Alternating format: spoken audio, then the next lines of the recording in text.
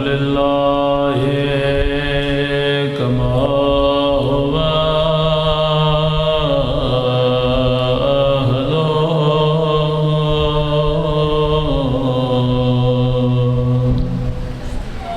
الصلاة والسلام على سيد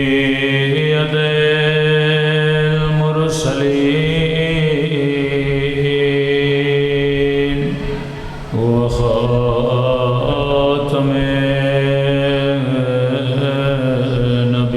النبيين أبي القاسم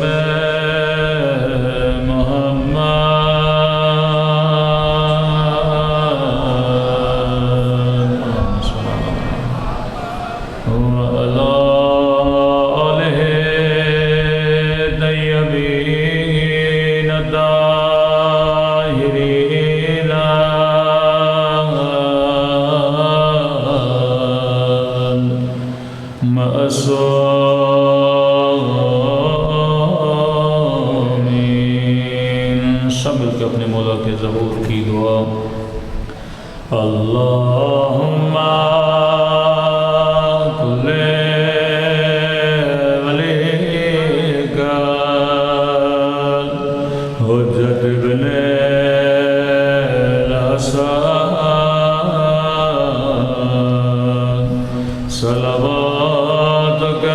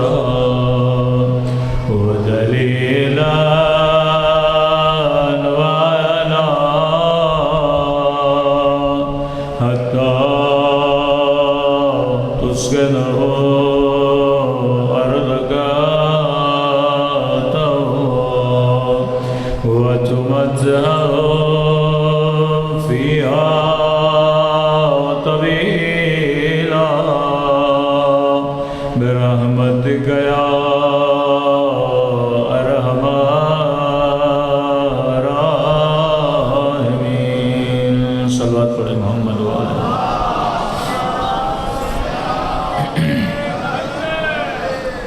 بسم اللہ الرحمن الرحیم رب اشرح لی صدری ویسر لی امری واحلل عقدۃ من لسانی یفقہوا قولی اما بعد فقط قال سبحانہ وتعالی فی محکم کتابہ بسم اللہ الرحمن الرحیم قل لا اسألکم علیہ اجرا الا المودۃ فی القربى صلوات پڑھیں محمد وعلی محمد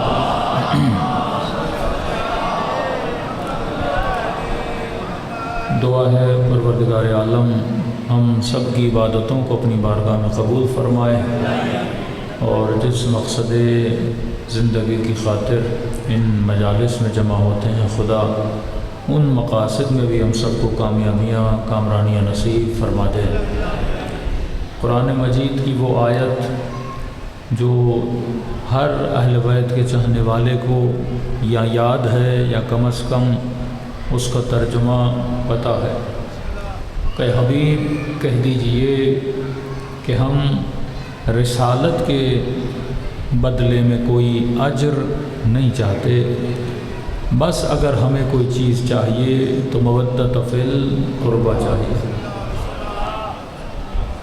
یہ مسلمان آج جتنی عبادتیں کر رہا ہے یہ کس کا احسان ہے مصطفیٰ کا احسان ہے اگر نبی نہ ہوتے تو کبھی سجدے نہ کرتا اگر نبی نہ ہوتے تو کبھی نمازیں نہ پڑھتا اگر رسول نہ ہوتے تو آج ہم سب بت پرست ہوتے اگر بتوں کی عبادت سے نکال کر وحدہ لا شریک کے دربار میں جھکانا کسی نے سکھایا تو وہ مصطفیٰ نے سکھایا۔ اگر آج تیرے گھر میں چھوٹے بڑے کا احترام ہے یہ مصطفیٰ کی وجہ سے۔ اگر آج تیرے گھروں میں تیری ماؤں بہنوں کے سروں پہ چادر ہے تو یہ مصطفیٰ کی وجہ سے۔ ورنہ آج جس طرح عرب بیٹیوں کو زندہ دفن کیا کرتے تھے آج کوئی لاج نہ ہوتی، تو آج ہم جو کچھ بھی ہیں مصطفیٰ کی وجہ سے ہیں۔ اور وہی رسول فرماتے ہیں کہ اگر کوئی مزدور تیرا گھر بنانے کے لیے آئے، مزدوری کرے، محنت کرے، تیرے گھر کی دیواریں کھڑی کرے، اور اگر تو اس مزدور کو مزدوری نہ دے، اس گھر کے اندر نماز پڑھنا بھی صحیح نہیں۔ مثلا مومن مجلس کرائے، لاؤڈ کرائے پہ بلائے، اور مجلس امام حسین ختم ہو جائے، لاؤڈ والے کو پیسے نہ دے، تو امام فرماتے ہیں مجلس تب تک قبول نہیں جب تک مزدور کی مزدوری نہیں دیتے۔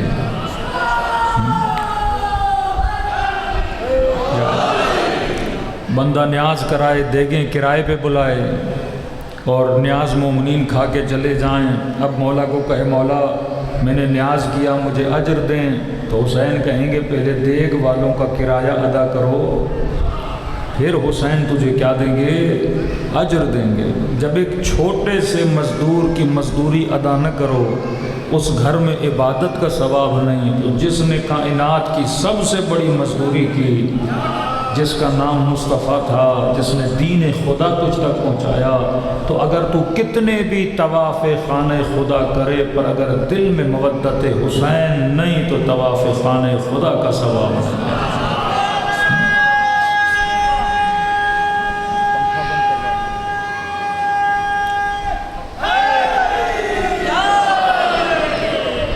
یہ ہم جتنے بھی سجدے کر رہے ہیں، سجدوں کا ثواب کیا ہے؟ تب ملے گا جب دل میں مودت اہل بیت ہے۔ جب تک اہل بیت کی مودت نہیں، کسی بھی عبادت کا کوئی ثواب نہیں ہے۔ اب یہ مودت ہے کیا جس کا تقاضا ہم سے کیا گیا؟ جناب بلال کو رسول نے حکم دیا کہ بلال جا کر اذان دو، کہنے لگا یا رسول اللہ وقت اذان نہیں، اذان کیسے دوں؟ فرمایا اذان صرف نماز کے لیے نہیں دی جاتی بلال، کسی اہم پیغام کے لیے کسی کو بلانا ہو تب بھی اذان کے بلاوے سے بلایا جاتا ہے۔ اور اصحاب کو کہا کہ میرا ممبر وہاں رکھو جہاں سے میری بیٹی کا گھر نظر آئے، جیسے میری کرسی آپ کی طرف ہے، مسجد میں ممبر ہوتے تھے لوگوں کی طرف، کہا ممبر کی صورت کو بدل دو، ایسی جگہ پہ رکھو جہاں سے بیٹی کا گھر مصطفیٰ کو نظر آئے۔ اور جب اصحاب جمع ہوئے یا رسول اللہ وقت نماز نہیں، آپ نے کیوں بلایا؟ تو یہ آیت پڑھی کہ قُلْ لَا أَسْأَلُكُمْ عَلَيْهِ أَجْرًا إِلَّا الْمَوَدَّةَ فِي الْقُرْبَى، یہ بتاؤ میں نے دین کے لیے اتنی محنتیں کی، کیا میں نے کبھی تم سے کچھ مانگا؟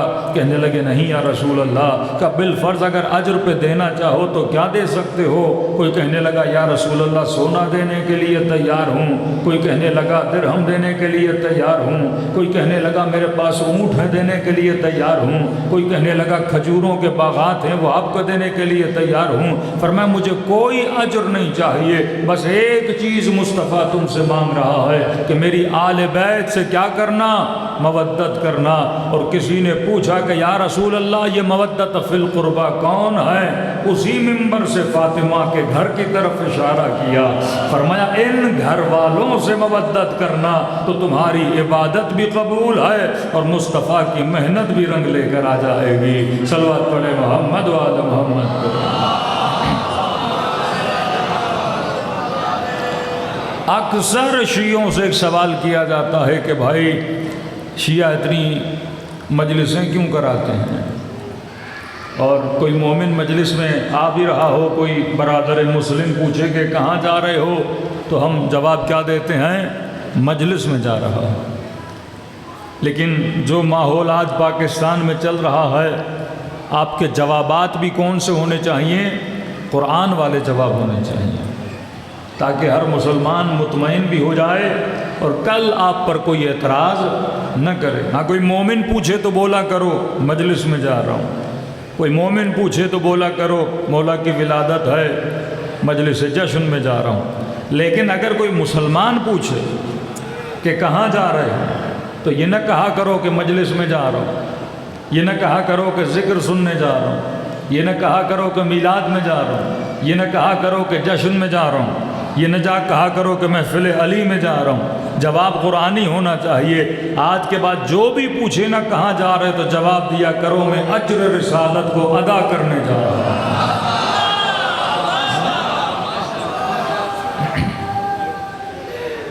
اللہ یا رسول اللہ زندہ باد مردہ باد یا اللہم صلی علی محمد۔ تو دراصل مجلس نہیں، مجلس اجر رسالت کا نام ہے۔ یہاں لوگ جمع ہوتے ہیں، وہ جو نبی نے مانگا تھا اسے ہم دینے آتے ہیں۔ مثال کے طور پر اگر کوئی بندہ جس سے آپ کو بہت پیار ہو اور وہ آپ کو نظر آئے، آپ اس سے مل بھی سکو، باتیں بھی کر سکو، تو اگر کوئی کہے کہ اس میرے بیٹے سے محبت کرنا تو آپ کیسے محبت کرو گے؟ بیمار ہو جائے گا اس کی عیادت کے لیے جاؤ گے، اس کی گھر میں کوئی شادی ہوگی، خوشی ہوگی، اس کی خوشیوں میں شامل ہونے جاؤ گے، اپنے گھر میں کوئی اچھی چیز پکے اس کے گھر میں بھجواؤ گے۔ یہی تو اظہار محبت ہوتا ہے۔ کربلا سفر زیارت پہ گئے، واپسی پہ اس کے لیے کوئی نظر و نیاز لاؤ گے، یہی اظہار محبت ہے۔ اب سوال یہ رسول کہہ کر گئے کہ مودت فی القربا، میری آل سے کیا کرنا؟ مودت کرنا۔ اب ہم مودت کیسے کریں؟ امام زمانہ تو نظر نہیں آتے کہ مولا سے ملیں، امام کی خدمت کریں، تو فرمایا جب تک وہ نظر نہیں آتے جو ان سے محبت کرتے ہیں ہم ان کی خدمت کرتے ہوئے نظر آتے ہیں۔ ہر وہ محفل جس میں رنگ اہل بیت ہو، ذکر اہل بیت ہو، مودت پیسہ قربان کر کے کی جاتی ہے، مودت جان قربان کر کے کی جاتی ہے۔ ایام عزا میں کیا ہوتا ہے؟ ایثار کا جذبہ ہوتا ہے، کوئی نیاز کرتا ہے، کوئی بدن کی قربانی دیتا ہے۔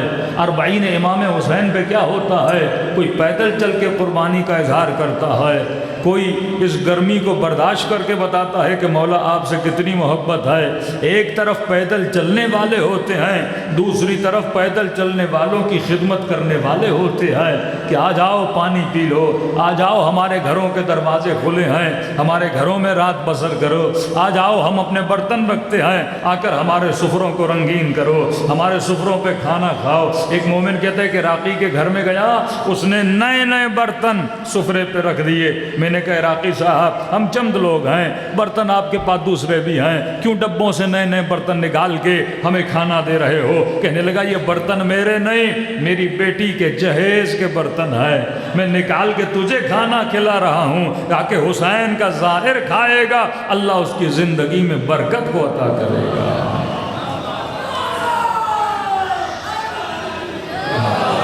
دعوے دار تو سب ہیں کہ ہمیں بھی آل رسول سے محبت ہے، زبانن تو سب کہتے ہیں کہ ہم بھی آل رسول سے محبت کرتے ہیں۔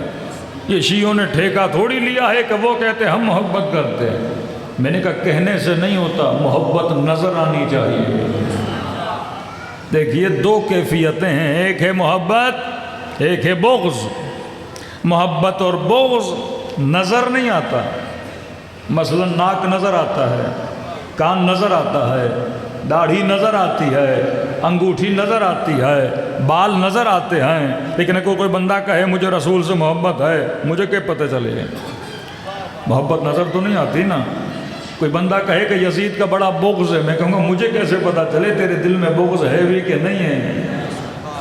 محبت کا تعلق باطن سے ہے، بغض کا تعلق باطن سے ہے، قلب انسان سے ہے۔ جس طرح قلب سینے میں بند ہے، نظر نہیں آتا۔ اب میری دل کی دھڑکن کیا ہے آپ کو نہیں پتا، قلب اندر ہے۔ اسی طرح خدا نے محبت اور بغض کو بھی کہاں رکھا ہے؟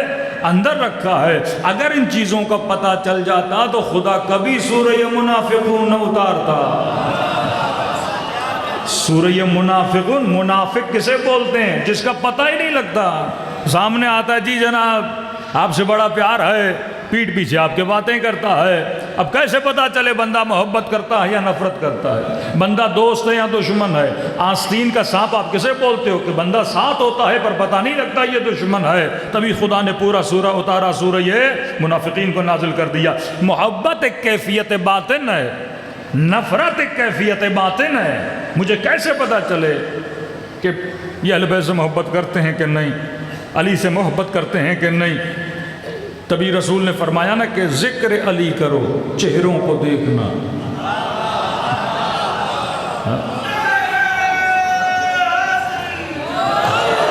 چہروں کو دیکھنا، اگر چہرہ کھل جائے تو سمجھنا دل میں محبت علی ہے. اگر چہرہ بگڑ جائے تو سمجھ جانا کہ دل میں بغض امیر المومنین ہے. کیونکہ محبت کا پتہ نہیں لگتا. کتنا بھی بندہ بولے کہ ہمارے دل میں محبت ہے، بھائی ہمیں کیسے پتہ چلے؟ دیکھیے ہر چیز کا اثر ہوتا ہے. مثلا شرم، حیا، غصہ، محبت، نفرت، یہ ساری کیفیتیں باطن کی کیفیتیں ہیں. آپ کو کیسے پتہ چلے بندہ غصے میں گالیاں دے گا؟ پتہ چلے گا. غصے میں چہرہ سرخ ہو جائے گا، پتہ چلے گا بندہ غصے میں. لیکن اگر یہ تو کیفیتیں نہ ہوں آپ کو پتہ چلے گا؟ نہیں چلے گا. آپ نے کہا فلاں جناب بڑے خوش تھے، تو میں کہوں کیسے پتہ چلا خوش تھے؟ آپ کہیں ہنس رہے تھے، موڈ بڑا اچھا تھا، مسکرا رہے تھے، سخاوت دکھا رہے تھے، تو ہمیں پتہ چلا جناب کیا ہیں؟ بڑے خوش ہیں. آپ نے کہا فلاں بندہ بڑا غمگین تھا، میں کہوں گا کیسے پتہ چلا؟ کہ دکھڑے سنا رہا تھا، رو رہا تھا، آہیں بھر رہا تھا. پتہ چلا کون ہے؟ غمگین ہے. تو یہ کہتے ہیں ہمارے دلوں میں بھی غم حسین ہے. کہتے ہیں ہمارے دلوں میں بھی اہل بیت کی محبت ہے. میں نے کہا تیرے دل میں غم ہے یا نہیں ہے یہ مجھے کیسے پتہ چلے؟ جب تک تو روئے گا نہیں مجھے پتہ کیسے چلے گا؟ آنسو جب تک آنکھ سے نہ نکلے ہمیں کیسے پتہ چلے کہ تو حسین کے غم میں غمگین بھی ہے کہ نہیں ہے؟ ایک اور دلیل دوں. مثلا ایک محلے میں آپ رہتے ہیں، 500 گھر ہیں، 500 کے 500 گھر، مثال دے رہا ہوں، 500 کے 500 گھر مسلمانوں کے ہیں، اور تقریباً اس محلے میں جہاں 500 گھر ہیں کوئی 20 مسجدیں، کوئی بریلویوں کی، کوئی حنفیوں کی، کوئی شافیوں کی، کوئی شیعوں کی، کوئی اہل حدیث کی، سینکڑوں مسجدیں، 500 گھر. اور جب وقت نماز ہوتا ہے ہر مؤذن لاؤڈ پہ جا کے اذان دینا شروع کر دیتا ہے کہ اشہد ان لا الہ الا اللہ، اشہد ان لا الہ الا اللہ. تو ہم نے کہا بھائی چیخ چیخ کے کسے بتا رہے ہو؟ کہ میں گواہی دیتا ہوں اللہ ایک ہے. میں نے کہا 500 کے 500 گھر مسلمانوں کے، سب کو پتہ ہے کہ اللہ ایک ہے، سب کو پتہ ہے کہ اللہ بڑا ہے، تو کیوں بتا رہا ہے کہ اللہ بڑا ہے، اللہ بڑا ہے؟ 4 مرتبہ چیخ چیخ کے کہ اللہ بڑا ہے. میں نے کہا سب مسلمانوں کو پتہ ہے کہ اللہ بڑا ہے، تو کیوں بتا رہا ہے؟ محمد اللہ کا رسول ہے. میں نے کہا یہ سارے محمد کا کلمہ پڑھتے ہیں، ان کو کیا بتا رہے ہو کہ محمد اللہ کا رسول ہے؟ کہ نہیں نماز کے لیے بلا رہا ہوں. میں نے کہا نماز کے لیے بلانا ہے تو ایک ہی نعرہ مارو، حی علی الصلاۃ، یا کہو الصلاۃ الصلاۃ، نماز کا وقت ہو گیا، آ جاؤ نماز پڑھنے.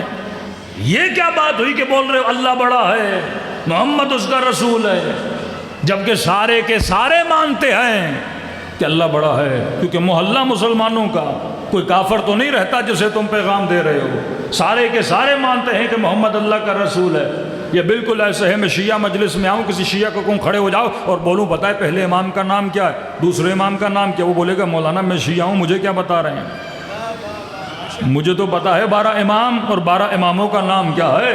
تو یہ بتایا اسے جاتا ہے جسے پتا نہ ہو. تو کہنے لگا نہیں مولوی صاحب مسئلہ یہ ہے عقیدہ جو ہے نا وہ باطنی کیفیت ہے.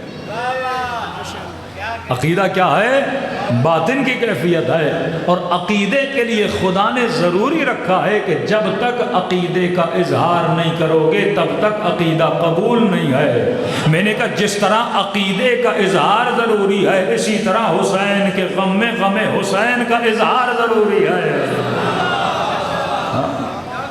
جب تک آنکھوں سے آنسو نہ گرے مجھے کیسے پتا چلے تیرے دل میں غم حسین ہے، جب تک سینے پہ ہاتھ نہ لگے مجھے کیسے پتا چلے تیرے دل میں غم حسین ہے۔ غم باطن کی کیفیت ہے، جب تک غم ظاہر نہ ہو تب تک بندے کا پتہ نہیں لگتا، تو ہم روتے اسی لیے ہیں تاکہ کیفیت کا پتہ چلے۔ اب یہی لوگ جو منع کرتے ہیں کہ حسین کے غم میں نہ رویا کرو، ان کی بیویاں ڈرامے دیکھ کے روتی ہیں، ان کی بیویاں ڈرامے دیکھ کے روتی ہے، کیونکہ ایموشن انسان کی فطرت کا حصہ ہے۔ جہاں بھی بندہ غم کو دیکھے گا روئے گا۔ ارے جس کی فطرت زندہ تھی وہ چاہے ہندو بھی تھا، اگر اس نے علی اصغر کے مصائب سنے تو وہ رونے لگا، وہ ثبوت دینے لگا کہ میری فطرت زندہ ہے۔ جن کی فطرت مردہ ہوتی ہے وہ کبھی غم حسین میں رویا نہیں کرتے۔ صلوات پڑھے محمد و آل محمد۔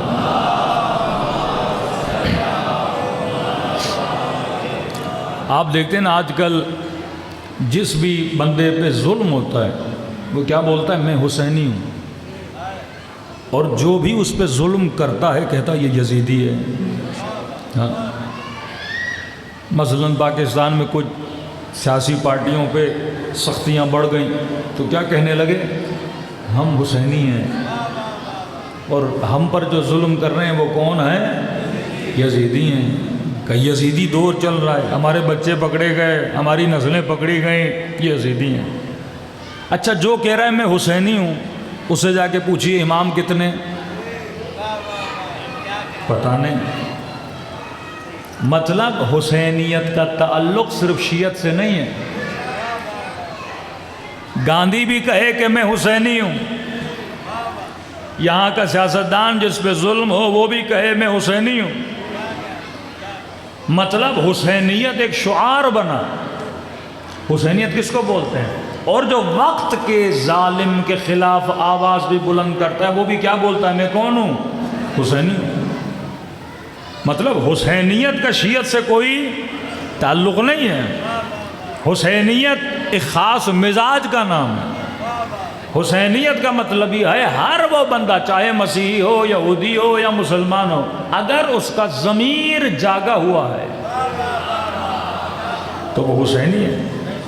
ہر زندہ دل، ہر زندہ ضمیر بندے سے پوچھو گے کہ حسین نے یزید کے خلاف قیام کیا، یہ صحیح تھا یا غلط تھا، سب کہیں گے ظالم کے خلاف آواز اٹھانا یہ ضمیر کہتا ہے۔ گرو نانک بہت بڑے سکھوں کے گرو ہیں، محرم کے دن آتے تھے، یہ 10 دن امام حسین کی مجلس کراتا تھا۔ تو اس کے سکھ جمع ہو گئے، گرو نانک کر رہے ہو، یہ کام مسلمان کریں شیعہ کریں تو سمجھ آتی ہے، ان کا امام حسین ہے، لیکن تو ہمارا امام ہے، ہم تیرے لیے کچھ کریں اور آپ ہی حسین کے لیے کیا کر رہے ہو؟ مجلسیں کروا رہے ہو۔ کہا دیکھیے مجھے گرو کیوں بولتے ہو؟ کہا کیونکہ آپ ہمارے بڑے ہو، ہمارے پیشوا ہو، جو آپ کہو گے میں کروں گا۔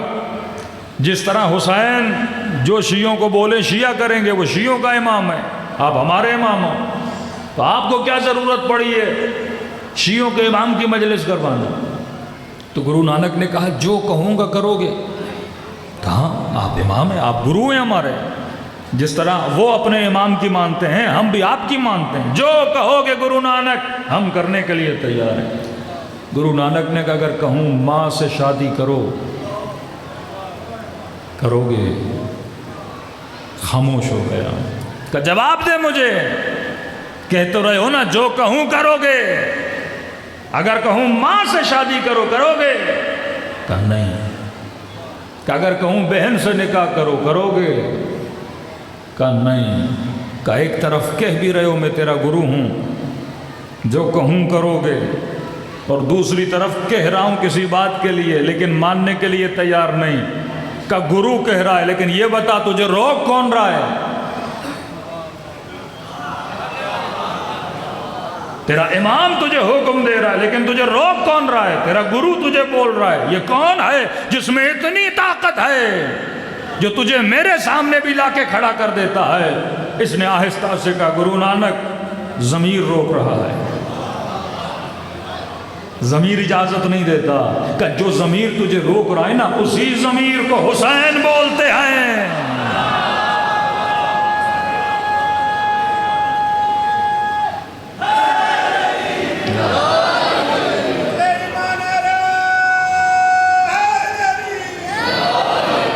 کہا ضمیر کسی ایک کا نہیں، ضمیر سب کا ہوتا ہے۔ جو جو انسان ہے ان سب کا حسین ضمیر ہے۔ حسینیت ضمیر کے آواز پہ لبیک کہنا ہے۔ اہل بیت فطرت کا نام ہے، اہل بیت دین کا نام ہے۔ فرمایا میں جو کر رہا ہوں نا اپنے ضمیر کی آواز پہ کر رہا ہوں، جس طرح تو اپنے ضمیر کی سنتا ہے اسی طرح گرو نانک بھی اپنے ضمیر کی آواز کو سنتا ہے۔ گاندھی ہندو تھا پر حسین کی آواز پہ لبیک کہہ رہا ہے، لیکن یہ نہیں کہا کہ میری اہل بیت سے محبت کرو، کیونکہ محبت تو گرو نانک نے بھی کی، محبت تو گاندھی نے بھی کی، محبت تو قاری حنیف بھی کرے، محبت تو طارق جمیل بھی کرے، محبت تو طاہر القادری بھی کرے، اور ساتھ میں اگر محبت شیعہ بھی کرے تو فرق کیا رہا؟ سارے تو ایک لائن میں کھڑے ہو گئے، گرو نانک بھی کھڑا ہے، گاندھی بھی کھڑا ہے، جمیل بھی کھڑا ہے، حنیف بھی کھڑا ہے، قادری بھی کھڑا ہے، اور اس امام بارگاہ میں بیٹھنے والے بھی اسی لائن میں آ جائیں تو پھر تفریق کیا ہوئی؟ شیعہ اور غیر شیعہ میں جتنے ہیں وہ اہل بیت سے محبت کرتے ہیں، ہر باضمیر بندہ آل رسول سے محبت کرتا ہے۔ اگر کوئی بے ضمیر ہو اور یزیدی مزاج ہو وہ تو حسین سے دور جا سکتا ہے، لیکن ہر زندہ ضمیر، ہر زندہ فطرت بندہ کیا کرے گا؟ آل رسول سے محبت کرے گا، کیونکہ محبت کرنا رسول سے یا آل رسول سے یہ کوئی بڑی بات نہیں ہے، یہ ضمیر کی آواز ہے۔ بس بندہ صاف ستھرا ہو، ضمیر زندہ ہو، بڑی آسانی سے رسول سے اور اس کی آل سے کیا کرے گا؟ محبت کرے گا۔ محبت کرنا اتنا بڑا کمال نہیں ہے، اصل کمال ہے مودت کرنا۔ اگر محبت کمال ہوتا تو ہم سے محبت مانگی جاتی، لیکن ہم سے کیا مانگا گیا؟ مودت مانگی گئی۔ دیکھیے آپ کے محلے میں خوبصورت پھولوں کا باغ ہو، اب یہ کسی کو اللہ صلوات پڑھے محمد و آل محمد۔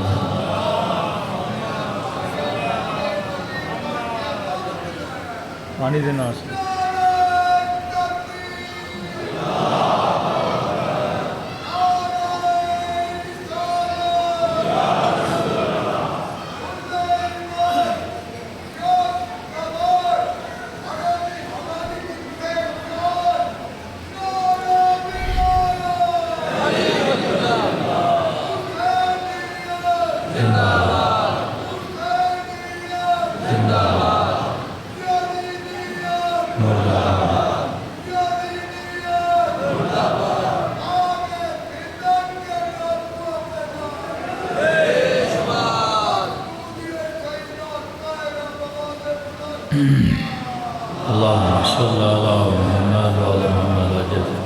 آپ کے محلے میں خوبصورت پھولوں کا باغ ہو، اب کوئی بندہ اشتہار لگائے گا کہ اس باغ میں آؤ، اس باغ سے محبت کرو، ضرورت ہی نہیں ہے۔ باغ ہے ہی ایسا، ہر بندہ دیکھ کے خود ہی چلا جائے گا۔ پھولوں سے محبت کرنے کے لیے کسی کو بولنے کی ضرورت نہیں ہے۔ ہاں کانٹوں سے اگر محبت کروانی ہو تو مفتیوں کو یوز کیا جاتا ہے، کانٹوں سے اگر محبت کرانی ہو تو زبردستی فتوے لگائے جاتے ہیں، کانٹوں سے اگر محبت کرنی ہو تو زبردستی قانون بنائے جاتے ہیں، لیکن پھول کے لیے کیا ضرورت ہے؟ پھول تو پھول ہے، ہر بندہ پھول کی تعریف کرے گا، ہر بندہ خوشبو کی تعریف کرے گا، ہر بندہ حسن کی تعریف کرے گا، ہر بندہ کمال کی تعریف کرے گا۔ ایک مثال دے رہا ہوں تاکہ آپ سمجھ جائیں۔ دیکھیے کئی چیزیں، یعنی محبت اہل بیت کو خدا نے انسان کی فطرت میں رکھا ہے۔ جس طرح خدا پرستی ہر بندے کی فطرت میں، وہ بندہ جو خدا کو مانتا بھی نہیں اس کی فطرت میں بھی ہے کہ وہ خدا کو کیا کرے، مانے۔ اب فطرت پہ عمل نہیں کر رہا وہ ایک الگ چیز ہے۔ فطرتاً ہر بندہ عاشق اہل بیت ہے۔ آپ کہیں گے مولانا وہ کیسے؟ میں 2 دلیلیں دوں گا۔ میں نے کہا اتنا مجمع بیٹھا ہے، اس مجمع میں کوئی ایسا بندہ ہے جسے سخی اچھا نہ لگے؟ ہاں؟ کوئی ایک بندہ ہاتھ اچھا کہ ہاں مولانا مجھے کنجوس سے بڑا پیار ہوتا ہے؟ کوئی ہے؟ خود کنجوس ہوگے لیکن سخی سے پیار کرو گے، خود دوسروں سے کنجوسی کرو گے پر کہو گے دنیا میرے ساتھ سخاوت کرے۔ ہاں؟ یہ کس نے آپ کو سکھایا؟ دنیا کے کس اسکول میں کس ٹیچر نے آپ کو پڑھایا کہ سخی اچھا ہوتا ہے؟ ضمیر بتا رہا ہے، فطرت بتا رہی ہے کہ سخاوت اور سخی سے کیا کیا کرو، محبت کیا کرو۔ اچھا اس مجمع میں کوئی بندہ ایسا ہے جسے ڈرپوک اچھا لگے، بھاگنے والے اچھے لگیں؟ ہر بندہ شجاعت اور شجاع سے محبت کرتا ہے، ہر بندہ بہادر سے محبت کرتا ہے۔ پھر پاکستان کے ماحول میں آ جائیے، دنیا کتنا بھی زور لگا لے آپ کسی کرپٹ سے کسی فاسق کے عاشق بنو پر نہیں بنو گے۔ آپ کو جہاں بہادری نظر آئے گی آپ بہادری کے شعر پڑھنے لگو گے، بہادری کی تعریف کرنے لگو گے۔ کسی ریٹائر فوجی نے کہا کہ مولوی صاحب اب اتنے اہل بیت کے فضائل کیوں پڑھتے ہیں؟ میں نے کہا مسئلہ ہمارا نہیں، مسئلہ فطرت کا ہے، فطرت مجبور کرتی ہے ہمیں۔ کہا کیا مطلب؟ میں نے کہا فوجی ہو، فوجیوں والی مثال دوں گا۔ میں نے کہا فوجی کا کام کیا ہوتا ہے؟ سرحد پہ کا سرحد کا دفاع۔ میں نے کہا 6-7 فوجی کھڑے ہوں، انڈیا حملہ کر دے، سارے بھاگ جائیں، ایک کھڑا رہے۔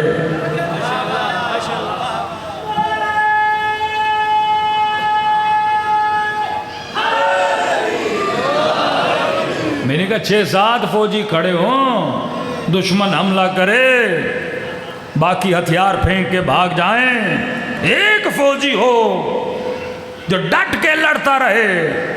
میں نے کہا فوج کسی بھی ملک کی ہو، جنرل سوال ہے، فوج کسے عزت دے گی، کسے وقار دے گی، کسے نشان حیدر دے گی؟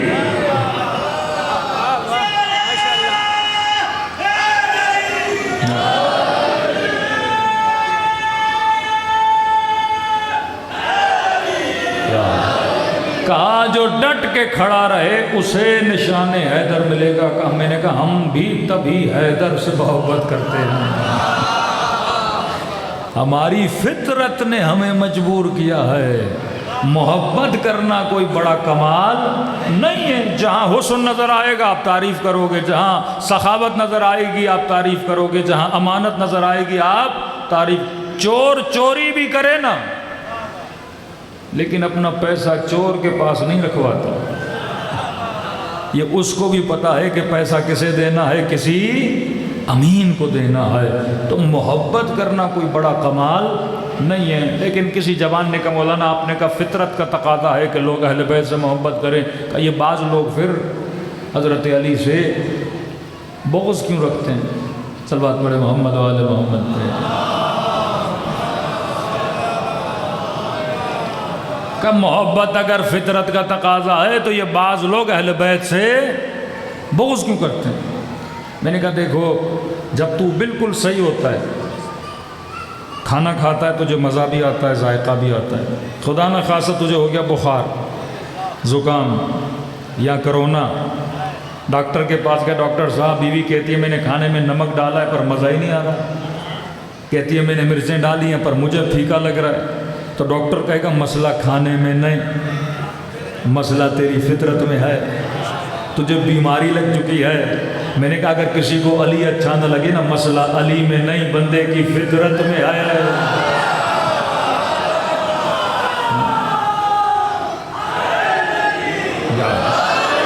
فطرت اگر بگڑ جائے تو لوگوں کو وہ چیز صحیح نہیں لگتی جو کیا ہے، صحیح ہے۔ جیسے آدمی بیمار ہوتا ہے، ٹیمپریچر باڈی کا ہائی ہو جاتا ہے، بولتا ہے مجھے سردی لگ رہی ہے، سب کہتے ہیں ہمیں گرمی لگ رہی ہے، تجھے سردی کیوں لگ رہی ہے؟ تو جو بندہ دوسروں سے الگ نظر آئے تو وہ بیمار ہوتا ہے۔ جب مصطفیٰ کو علی سے محبت، مصطفیٰ کو حسنین سے محبت، اور اگر تجھے حسنین اچھے نہ لگیں، مرتضیٰ اچھے نہ لگیں، تو مسئلہ ان میں نہیں ہے، مسئلہ تیری فطرت میں ہے۔ تبھی ہم سے محبت کا تقاضا نہیں کیا، مودت کا تقاضا کیا۔ محبت تو ویسے ہی ہو جانی ہے، ہندو بھی اہل بیت سے محبت کریں، کرسچن بھی اہل بیت سے محبت کریں۔ آج بڑے بڑے اہل سنت کے اکابرین بولتے ہیں کہ ہم بھی آل رسول سے محبت کرتے ہیں، کہ یہاں تک کہ کسی مومن نے کہ مولانا جب ٹی وی پہ بیٹھتے ہیں، ایک مولوی شیعہ کا، 3 مولوی غیروں کے کا غیر اتنے فضائل پڑھتے ہیں، اپنے بھی نہیں پڑھتے، کہ ہمیں تو وہ زیادہ میں نے کہا زیادہ شیعہ نہیں، زیادہ محبت کرنے والے تجھے لگتے ہوں گے۔ میں نے کہا سارے فضائل بیان کرنے کے بعد بھی قاری حنیف سے پوچھو گے نا افضل کون ہے، تو علی کو چوتھے پہ لاتا ہے۔ میں نے کہا یہ جو چپ بیٹھا ہے نا، اس سے پوچھو گے نا، یہ علی کو پہلے پہ لاتا ہے۔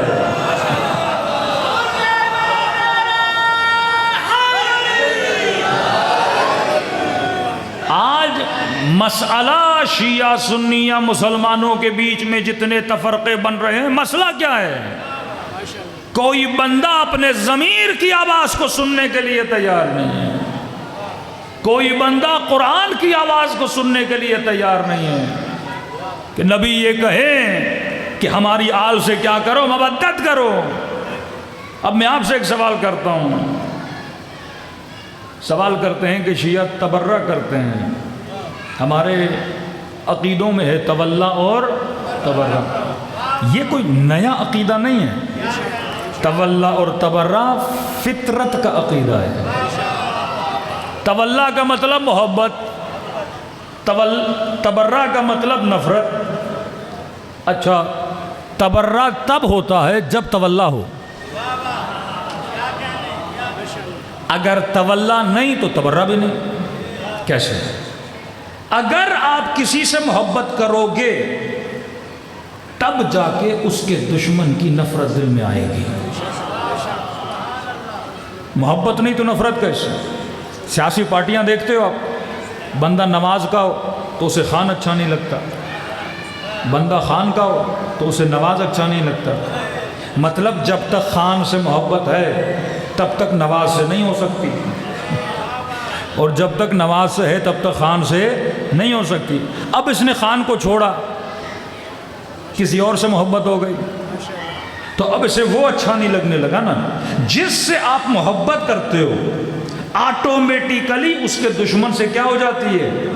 نفرت ہو جاتی ہے۔ اگر علی سے محبت ہے آٹومیٹیکلی علی کے دشمن کی نفرت بھی آ جائے گی۔ یہ غیر فطری عمل ہے کہ بندہ کہے علی سے بھی محبت کرو، علی کے دشمن سے بھی محبت کرو۔ میں نے کہا اسے محبت نہیں، اسے منافقت تو بول سکتے ہو۔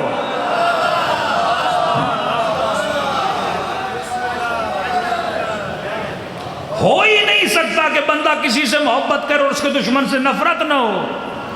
آپ اپنے ابا کو بولو بابا تجھ سے بڑا پیار ہے، ہاتھ بھی چومو، ماتھا بھی چومو، رات سونے سے پہلے باپ کے پاؤں بھی دباؤ، بابا بڑا پیار کرتا ہوں آپ سے۔ لیکن یہ جو پڑوسی ہے جو آپ کو صبح سے شام تک گالیاں دیتا ہے، اس سے بھی مجھے بڑا پیار ہے۔ تو باپ بولے گا لعنت ہے تیری محبت پہ، پاؤں میرے دبا رہا ہے اور جو مجھے لعنتیں کر رہا ہے اس سے بھی محبت کر رہا ہے۔ تو میں نے کہا جب تیرا باپ یہ برداشت نہیں کرتا تو رسول کیسے برداشت کریں گے؟ کہ آپ ہم سے یہ تقاضا کرو کہ علی سے بھی محبت کرو، اور جس نے 70,000 ممبروں سے علی کو گالیاں دی اس سے بھی محبت کرو۔ یہ کیسے ممکن ہے؟ یہ خلاف فطرت ہے۔ اس طرح ہو ہی نہیں سکتا کہ بندہ قاتل سے بھی محبت کرے، مقتول سے بھی محبت کرے۔ یہ خلاف ضمیر ہے، یہ خلاف فطرت ہے۔ کسی عقل مند کو بھی کھڑا کر کے پوچھو گے نا، وہ بولے گا یہ چیز ممکن نہیں ہو سکتی ہے۔ یہ وہی کر سکتا ہے جس کے اندر نفاق ہو، لیکن جس کے اندر خالص محبت ہو وہ کبھی نہیں کر سکتا۔ باقی میں نے کہا آپ کو مسئلہ ہے شیعہ لعنت بھیجتے ہیں، میں نے کہا ٹھیک ہے، نہ شیعہ کی نہ سنی کی بات سنیں گے، قرآن کی۔ مفتی کو بیچ میں نہ لاؤ، مولوی کو بیچ میں نہ لاؤ، فیصلہ کرو قرآن سے۔ پہلا سوال یہ ہے کہ لعنت بھیجنا صحیح ہے یا غلط ہے؟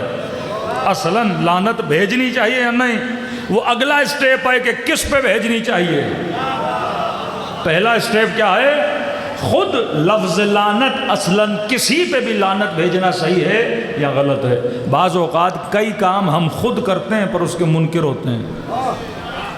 یہ جو بولتے ہیں نا لعنت بھیجنا غلط ہے، وہ خود بھی لعنت بھیجتے ہیں، اب ان کو پتہ نہیں یا محسوس نہیں کر رہے۔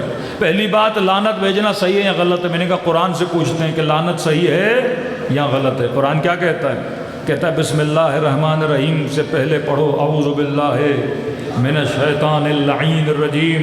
ہر مفتی جمعے کے خطبوں میں شیطان پہ لعنت بھیجتا ہے، پھر بسم اللہ پڑھتا ہے۔ میں نے کہا اس سے ثابت ہوا لعنت بھیجنا غلط نہیں ہے۔ خدا کہتا ہے میرا ذکر کرنے سے پہلے میرے دشمن پہ لعنت کرو۔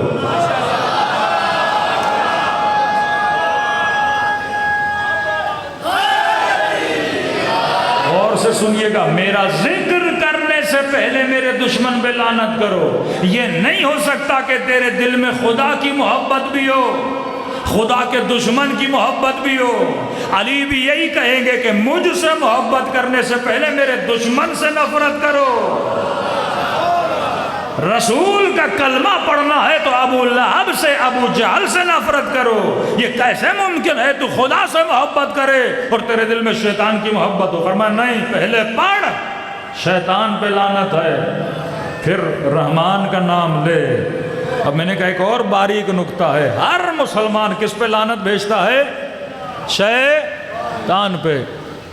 یہ کیوں نہیں کہتا ابلیس پہ؟ شیطان ابلیس ہے نا، یہ کیوں نہیں کہتا اعوذ باللہ من الابلیس اللعین الرجیم؟ یہ کیوں بولتا ہے اعوذ باللہ من الشیطان اللعین الرجیم؟ ابلیس نام ہے، شیطان صفت ہے۔ ابلیس نام ہے، شیطان کردار ہے۔ لعنت نام پہ بھیجوں گا تو ابلیس تک محدود ہو جائے گی۔ لعنت نام پہ بھیجوں گا تو ابلیس تک محدود ہو جائے گی۔ میں لعنت کردار پہ بھیج رہا ہوں، جس میں شیطان کا کردار ہوگا اس پہ خدا کی لعنت ہوگی۔ یہ ہمیں منع کرتے ہیں۔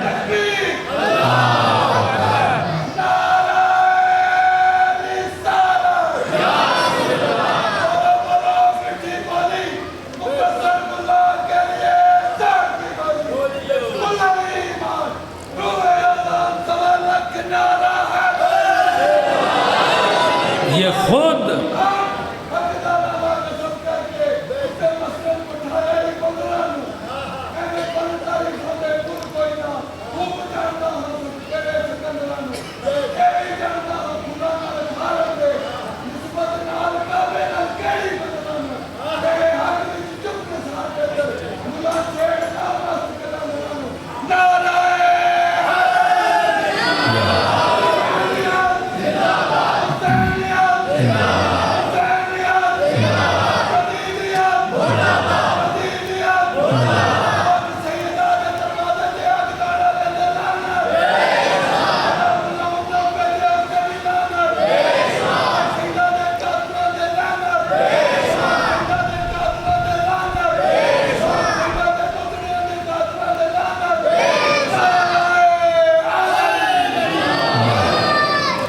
کئی اوقات ایک کام ہم خود کر رہے ہوتے ہیں پر ہم اس کے منکر ہوتے ہیں۔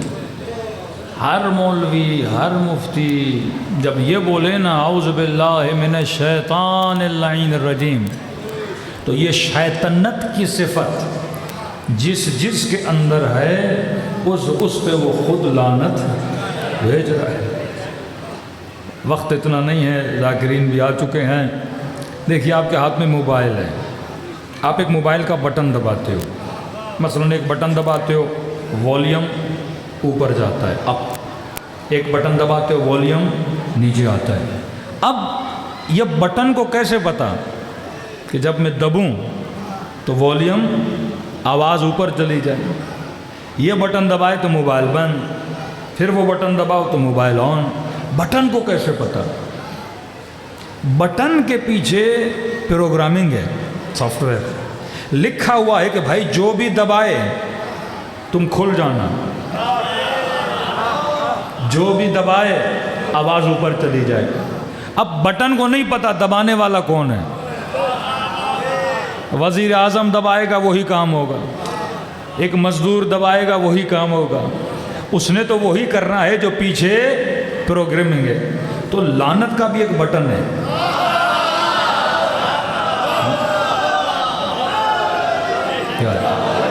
لعنت کا کیا ہے؟ ایک بٹن ہے، اس بٹن کے پیچھے خدا نے کیا کی ہے؟ پروگرامنگ کی ہے۔ اب پروگرامنگ کر کے لکھ دیا ہے کہ جس جس کے اندر یہ صفت ہو اس کے اوپر تو برستی رہنا۔ صلوات پڑھے محمد و آل محمد۔ خدایا وہ کون ہے جن پہ لعنت آٹومیٹک آتی ہے؟ اللہ کی ایک پروگرامنگ ہے اس کے اوپر۔ ابادا لعنت اللہ علی القوم الظالمین، جو ظلم کرے گا اس پہ اللہ کی کیا ہے؟ لعنت ہے۔ میں نے کہا جب خدا نے آٹومیٹک لعنت بھیج دی، اب مفتی سے سوال بنتا ہی نہیں کہ یزید پہ بھیجوں یا نہ بھیجوں۔ پھر فرما لعنت اللہ علی القوم الکاذبین، خدا کی لعنت ہے جھوٹوں پر، جو اہل بیت پہ جھوٹ باندھے۔ اللہ کی کیا ہے؟ اس پہ لعنت ہے۔ میں نے کہا تو بھیجے نہ بھیجے یہ سارا معاملہ آٹومیٹک ہے، لعنت تو ویسے ہی آنی ہے، اس لعنت سے کوئی بچ نہیں سکتا۔ ایک ہے قرآنی لعنت جو خدا نے بھیج دی ہے، دوسرا تو نے حجت تمام کرنی ہے بھیج کر۔ تو یہ مسئلہ غیر فطری ہے۔ جس کے دل میں محبت ہوگی علی کی اور آل علی کی، اس کے دل میں ان کے دشمنوں کی محبت نہیں آ سکتی ہے۔ لیکن ہم سے تقاضائے محبت نہیں کیا۔ محبت طارق جمیل کرے، محبت قاری حنیف کرے، محبت طاہر القادری کرے، محبت جار جرداب کرے، محبت گاندھی کرے۔ محبت تو مسلمان کرتا ہے، محبت تو ہر صاحب فطرت اور صاحب ضمیر کرتا ہے، لیکن رسول نے تقاضائے مودت کیا۔ فرمایا محبت نہیں، محبت تو تجھے ویسے ہی ہو جائے گی جس نے بھی حلال کھایا ہوگا، ماں کا دودھ پیا ہوگا، وہ آل رسول سے کیا کرے گا؟ محبت کرے گا۔ محبت سے کوئی بچ نہیں سکتا، محبت تو ہو جانی ہے، لیکن جو چیز مشکل ہے وہ مقام مودت ہے۔ جنہوں نے خط لکھے تھے، اگر محبت نہ ہوتی حسین کو کوئی خط نہ لکھتا۔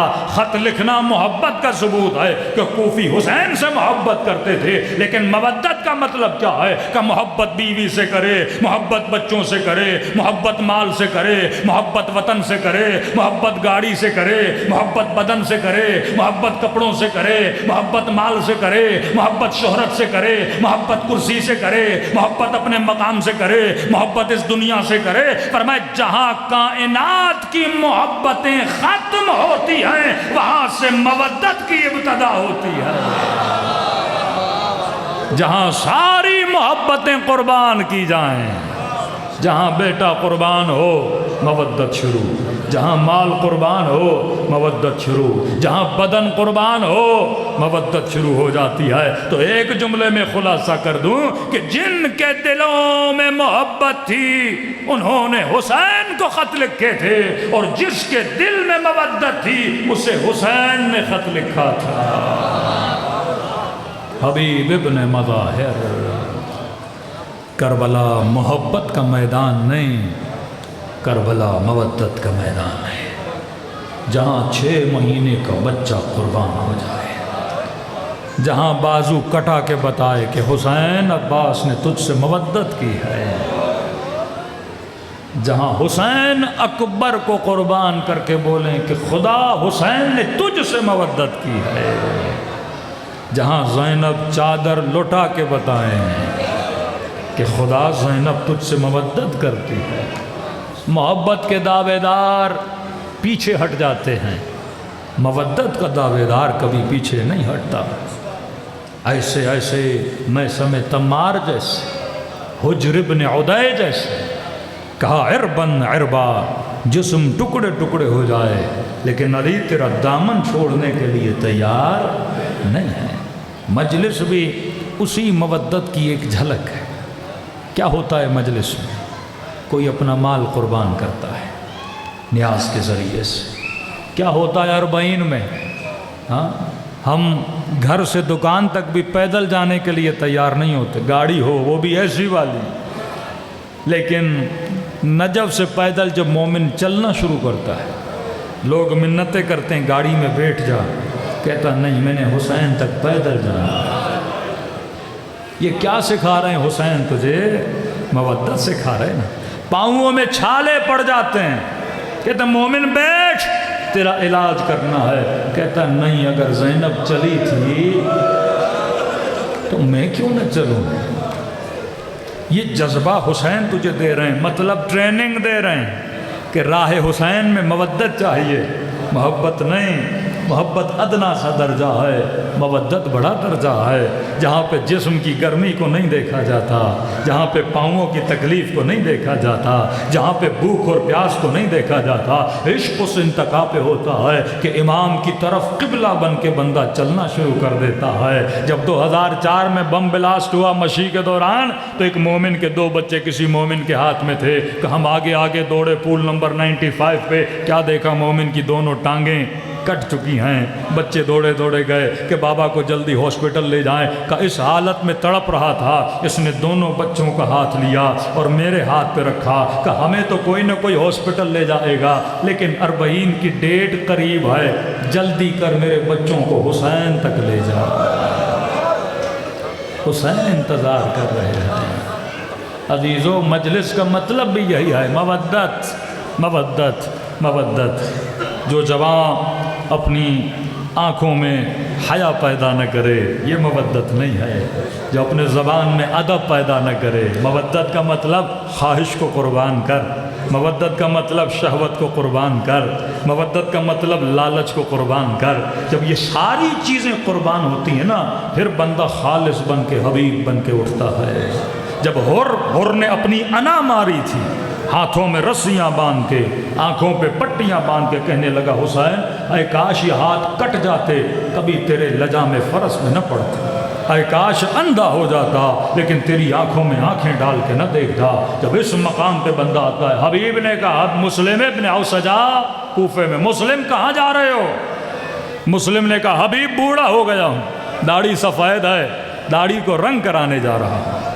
حبیب نے کہا مسلم ابن اوسجا دنیا کا رنگ اتر جاتا ہے، کتنے دن لگا رہے گا؟ آؤ وہاں چلیں، داڑھی کو وہ رنگ کرو جو رنگ کبھی نہ اترے۔ کہ حبیب کیا کہنا چاہتے ہو؟ کہ کربلا میں حسین آئے، چل جان کو قربان کر کے داڑھی کو خون سے خضاب کرتے ہیں، وہ رنگ جو ہمیشہ رہے اور جنت تک باقی رہے۔ یہ وہ تھے جو مودت کرتے تھے۔ امام زمانہ کے لشکر میں محبت والے بعد میں جائیں گے، پہلے مودت والے جائیں گے، جو ہر چیز لٹا کر مہدی زہرا پہ جان قربان کریں۔ فرمائے مومن ہم کریم ہیں۔ کریم کا مطلب جو اپنے شیعہ کو کسی ثواب سے محروم نہ کرے۔ کسی نے شکوہ کیا کہ مولا میں غریب ہوں، آپ کی کربلا نہیں آ سکا، اور رو کر کا حسین معافی چاہتا ہوں، لیکن مجھے یہ تو بتاؤ کیا تیری زیارت صرف امیروں کے لیے ہے؟ مولا غریبوں نے کیا بگاڑا؟ رات کو سو گیا، خواب کے عالم میں حسین نے اپنے چہرے کی زیارت کرائی، کہ وہ ابھی کربلا گئے ہیں، حسین خواب میں تیرے پاس آئے ہیں۔ کبھی یہ نہ بولنا کہ میری زیارت صرف امیروں کے لیے ہے، آ سکتے ہو تو میری کربلا آؤ، اس کا ثواب اتنا ہے کہ پچھتاؤ گے۔ چھٹے امام نے اپنے صحابی سے کہا تو نے کتنے حج کیے ہیں؟ کہنے لگا مولا 19 حج کیے ہیں۔ کہا ایک حج اور کر، جب 20 ہوں گے نا تو حسین کی ایک زیارت کے ثواب کے برابر اجر ہے۔ فرمایا مولا غریب ہوں نہیں آ سکتا، مر جاؤں گا، منکر و نکیر پوچھیں گے حسین کی ایک زیارت کا ثواب نہیں لائے۔ امام نے کہا اگر آ سکتے ہو آ، لیکن اگر نہیں آ سکتے یہ مت کہہ کہ ہم نے تجھے محروم کیا ہے، خلوص دل سے مجھ حسین کو ایک سلام کرو۔ فرمایا میں حسین تجھے ثواب زیارت عطا کروں گا۔ کہ مولا ایک سلام سے ثواب ملے گا کہ جب سلام کرو نا اگر نہ چاہتے ہوئے تیری آنکھوں سے آنسو آ جائیں یہ مت سمجھنا یہ تیرے آنسو ہیں، حسین نے تجھے تیرے سلام کا جواب دیا۔ ذاکرین بھی موجود ہیں، 3-4 جملے مصیبت کے اس مولا کے سلام سے شروع کروں تاکہ ہر بندہ جب مجلس سے اٹھے تو ثواب زیارت حسین لے کر اٹھے۔ جسے سلام آتا ہے میرے ساتھ پڑھے، جسے نہیں آتا نام حسین تو سب کو آتا ہے، تو کم از کم زبانوں پہ حسین کا نام جاری کریں۔ السلام علی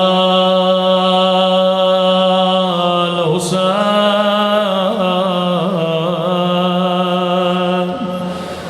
وعلی علی ابن الحسین وعلی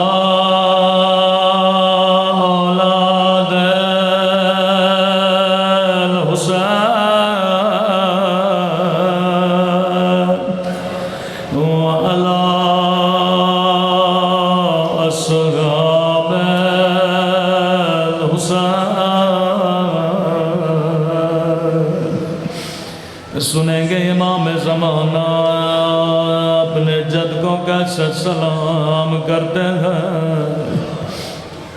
علماء فرماتے ہیں اگر امام زمانہ کے ساتھ رونا چاہتے ہو تو زیارت ناہیہ پڑھا کرو۔ یہ زیارت امام زمانہ کا نوحہ ہے، کسی ذاکر کا لکھا ہوا نہیں، کسی شاعر کا لکھا ہوا نہیں، بلکہ یہ جملے مہدی زہرا امام زمانہ کے ہیں۔ سنیں گے اپنے جد پہ کیسے گریہ کرتے ہیں۔ فرمایا میرا سلام ان ننے سے رخساروں پہ، نام نہیں لیا اشارہ کیا، میرا سلام ان ننے سے رخساروں پہ جن کا رنگ بدلتا رہا، یہ نہیں کہا جن کا رنگ بدل گیا بلکہ بدلتا رہا۔ کبھی شمر کے تماچوں نے رنگ نیلا کیا، کبھی ظالم کے تماچوں نے رنگ کالا کیا۔ رسول خدا کی حدیث ہے، مسلمانوں کبھی حیوان کو بھی منہ پہ نہ مارا کرو۔ انہوں نے نبی کی نواسیوں کو تماچے مارے، جب بچی کی گود میں بابا کا کٹا ہوا سر آیا، رو کے کہنے لگی میرے غریب الوطن بابا، بابا ذرا آنکھیں کھولو، ذرا میرے زخمی رخسار دیکھو۔ او بابا شمر کا ہاتھ بڑا تھا لیکن تیری سکینہ کا رخسار چھوٹا تھا۔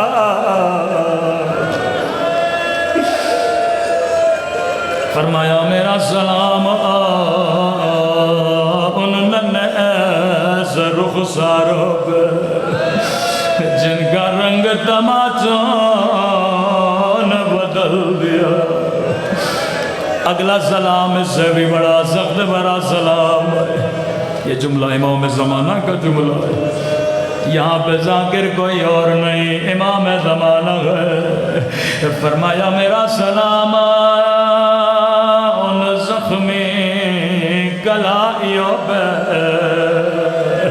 جنہیں رسیوں سے باندھا گیا تھا۔ کسی نے کہا مولانا یہ کس کی کلائیاں ہے؟ میں نے کہا یہ زینب کے بندے ہاتھ ہے جسے امام زمانہ یاد کر رہے۔ شاید کوئی مومن کہے بی بی زینب پہ تو بڑی بڑی مصیبتیں آئیں، لیکن امام زمانہ بندھے ہوئے ہاتھوں کو کیوں یاد کر کے رو رہے ہیں؟ میں نے کہا کیونکہ 11 محرم کو زینب اونٹ سے ایسے گری جیسے عباس گرے تھے۔ شاید کوئی مومن کہے مولانا زینب کے تو بازو سلامت ہے، عباس کے بازو کٹے ہوئے تھے، بھلا زینب عباس کی طرح کیسے گری؟ میں نے کہا جواب میں نہیں دوں گا، امام زمانہ فرماتے ہیں میرا سلام ہو میری ان پھپھیوں پہ جن کے ہاتھوں کو ان کی گردنوں سے بال گیا، زینب ایسے گری جیسے عباس گرے تھے۔ آخری سلام زحمت کو دوام کرو، یہ دونوں سلاموں سے سخت سلام ہے۔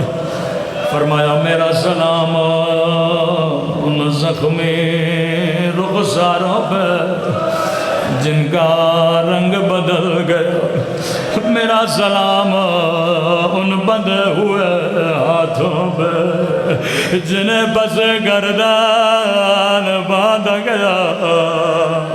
آخری سلام بڑا درد بھرا سلام ہے۔ فرمایا میرا سلام ان خشک ہونٹوں پہ، ان پھٹے ہوئے ہونٹوں پہ، اللہ جانے یہ کس کے ہونٹ ہے، خود میرے مولا جواب دیتے ہیں میرا سلام ہو ان خشک ہونٹوں پہ اور جن پہ ظالم چھڑی مار رہا تھا۔ امام زمانہ یہ ہونٹ آپ کو یاد ہے، لیکن میرا سلام ہو ان ننھی سی آنکھوں پہ اور جو یہ منظر دیکھ رہے تھے، وہ اللہ کسی بچی کو بابا کا گڈا سر نہ دکھائے، بابا کے زخم ہونٹ نہ دکھائے۔ الا لعنت اللہ علی القوم الظالمین۔ وقت بہت گزر چکا ہے۔